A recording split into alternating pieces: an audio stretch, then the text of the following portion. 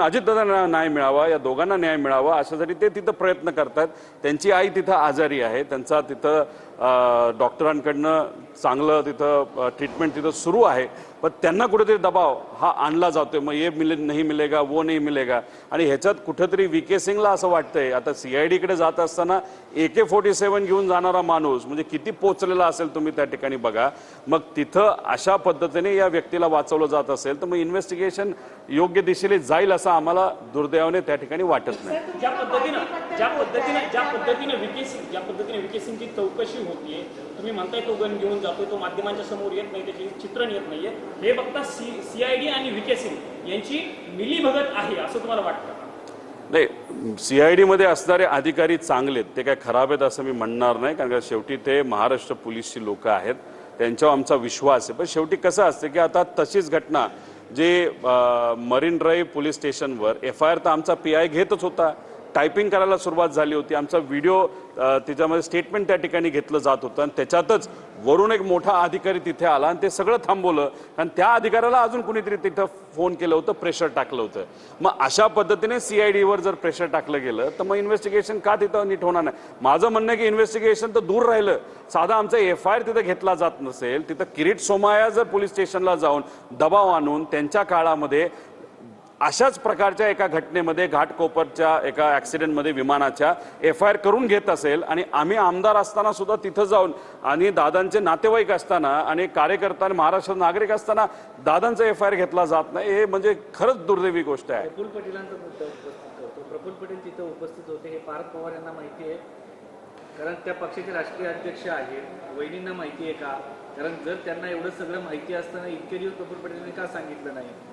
हे बघा, मी आता माहिती तिथं दिलेली आहे, आणि याच्यातच त्या दिवशी आणि त्याच्या आदल्या दिवशी आणि त्याच्यानंतरच्या दिवशी तुम्ही जयपूरचे जे विमानतळ आहे त्या विमानतळाला VSRच्याच कंपनीच्या विमानातून मला जे कळालं चंद्रबाबा नायडू हे तिथं जयपूरला पोहोचले होते। व्हिडिओ फुटेज तुम्ही तिथं काढा, आमच्याकडे काही तपास आहे, पण आम्ही 5 दिवसानंतर तो त्या ठिकाणी तपास समोर आणू।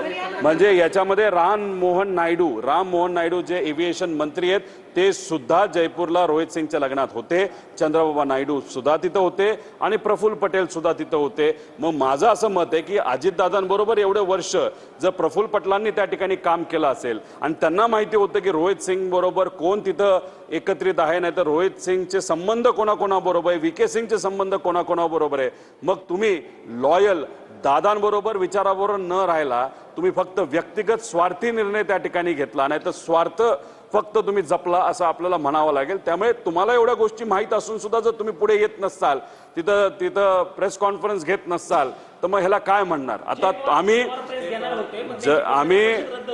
आम्ही प्रफुल्ल पटेलांच्या प्रेससाठी तिथे थांबलोय, आणि आमचं असं सुद्धा मत आहे की राम मोहन नायडू जे या देशाचे एव्हिएशन मंत्री त्यांनी सुद्धा प्रेस कॉन्फरन्स घ्यावी आणि ह्या सगळ्या गोष्टी तिथं समोर आणाव्या, DGCL प्रेस कॉन्फरन्स घ्यावी। आम्ही जे बोलतोय ते खोटं आहे सिद्ध त्या ठिकाणी त्यांनी करून दाखवावं, स्टेटमेंट द्यायचं नाही पण सिद्ध करून त्या ठिकाणी दाखवायचं।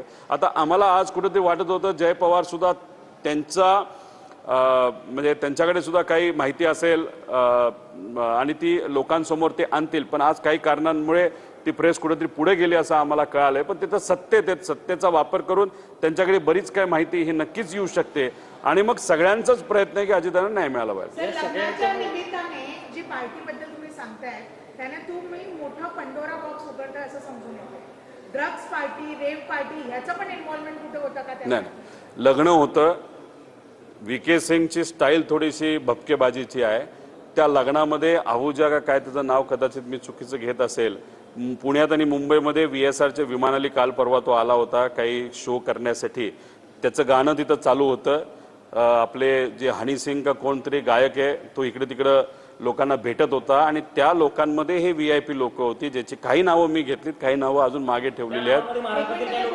100% महाराष्ट्रातील लोक आहेत, 100% गुजरातची लोक आहेत, 100% TDPच्या संलग्न असणारी लोक आहेत, आणि सगळ्यात महत्त्वाचं म्हणजे एक MP राज्याचे खूप मोठे नेते आता राज्यात न राहता केंद्रात त्या ठिकाणी आलेत, असे मोठे नेते त्या रोहित सिंग आणि VK सिंगच्या लग्नामध्ये होते. मग एवढे मोठे लोक जर तिथं असतील तर साहजिकच VK सिंगला वाचवलं जाईल का?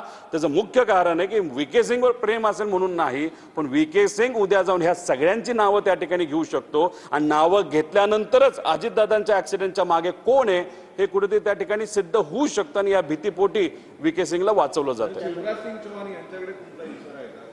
तेच केंद्रात आले 4-5 दिवस द्या, मी नक्कीच या बाबतीत तुम्हाला सांगेल. त्याच्याबरोबर दिलीप बिल्डकॉनचं तर मी सरळ तिथं तुम्हाला काही संबंध तिथं दाखवलेले आहेत. त्याच्या पूर्वीच्या बातम्या सुद्धा आहेत की दिलीप बिल्डकॉन जो नाशिकचा आहे, नाशिकचे अनेक नेते त्या दिलीप बिल्डकॉनला, सूर्यवंशीला ओळखून असतील.